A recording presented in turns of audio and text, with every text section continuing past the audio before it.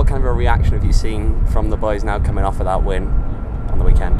Oh, it's been good. It's been good. It's been very positive. I know you catch a bit of the training session, and it's exactly what I told you. We're going to utilize the momentum and this week in order to push more, to make sure that we can squeeze every inch of talent, intensity, and character that we have in our boys. And after a win is a moment when we push, and this is exactly the right week. I think we have a very important game on Saturday versus a rival that in the past it's been very tough. I faced them one time when I was in Phoenix already, and last year I watched it on TV, and I know it's a tough match because both organizations get ready and prepared before they face each other. But not just this game that is coming on, it's the month that we have ahead. It's an important month for us, and we want to start on the right foot. How's Emmy doing in his recovery? He's getting a bit close. He's getting a bit close to come back. We'll see how he reacts. He's obviously he's been with the medical staff. He's been with the medicine and the injection that he got. So we gotta wait for the swelling to come down and then see how he reacts to it. So he always said he's in the final stages of his recovery, and so is Gabby. Gabby's getting closer too, and it's important and positive to have them both back as soon as we can. Obviously, having them healthy is important.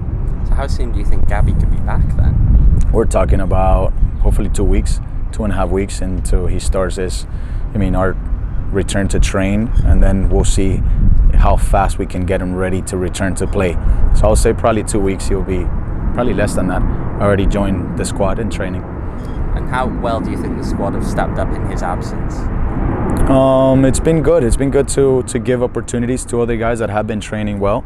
It's what we want. We want to make sure that if someone is giving you 100% and they're listening, absorbing all the information that we give them, and then they execute, they get the opportunity then to show if they can earn a starting spot. So it's been good. We had the opportunity to see different guys on that wide area. We've seen Eddie, we've seen Babu, we've seen also Gallardo play in that wide area. So it's been important. It also talks about the versatility and the depth that we have. So obviously you played alongside Neil. What's your relationship like with him? We have a great relationship. I actually talked to him 2.5 weeks ago before they faced San Diego. So it's a good friend. It's a good friend of mine. We played together for 1.5 years, and then he started his coaching career 1.5 years earlier than I did, probably 2 years. But we've always been in touch. We've always been in touch, and it's someone that I respect a lot. It's, in my opinion, one of the best coaches in this league. And I know a lot of people are thinking that Tampa, this year they're struggling and they're not doing a good job.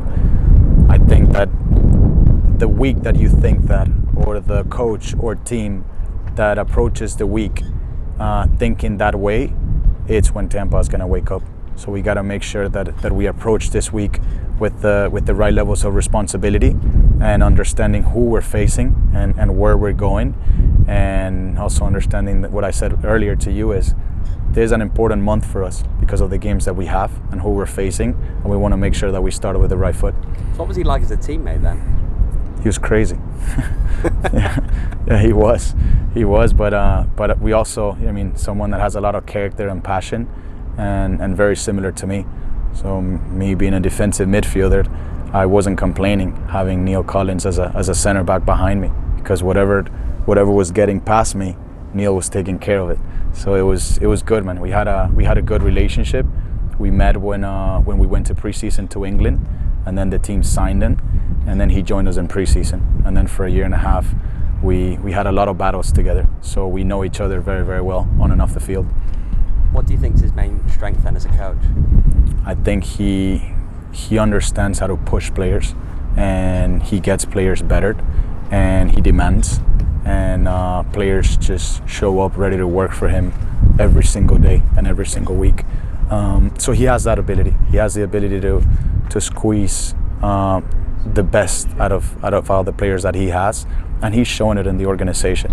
When we were in Tampa, it was a team that we were signing a lot of talent, and we were signing very good players, but it wasn't clicking in Tampa, and it happened probably, and I said this in a very respectful way, probably 3.5, 4 years where they struggled, because there was a lot of, We had the money to bring in the players that at the moment they wanted in the organization, but the organization wasn't reaching the objectives that they have set at the beginning of the year. Then Neil comes in and things changed drastically, where he cleared a cleared idea, a cleared game model, and then they started recruiting and scouting to what they needed. And he's been able to be very, very successful the past 3-4 years that they've been there. So this is what I think. He has a clear vision, a clear idea. He brings in players that he knows he can push, and he pushes them. And if they don't perform, it's the next man up. So I think that's his biggest strength. Because there's a former rising player in JJ Williams over there. How important do you think he could be in this game? JJ is a target striker. He's a big body. He's gonna keep our 3 center backs busy. He's gonna make sure that if they play direct, he's gonna be someone that can hold up the ball and create spaces in between the lines for the midfielders to attack. To be honest, is JJ, is Carl Jennings. They have a lot of weapons. They have a lot of weapons. I don't know what he's gonna utilize. If you would have asked me a month ago or last year or even the year before to prepare for this game, I would know exactly what Tampa was going to do and Neil's going to do. Neil switching last game to a back 4 versus Detroit has us a bit thinking if he's going to play a back 4 or a back 5. The reality is that at the end of the day, it's just a formation of how you set your players on the field, but the identity and the behaviors that he's adopted this year have been consistent from game 1 to the last game they play versus Detroit.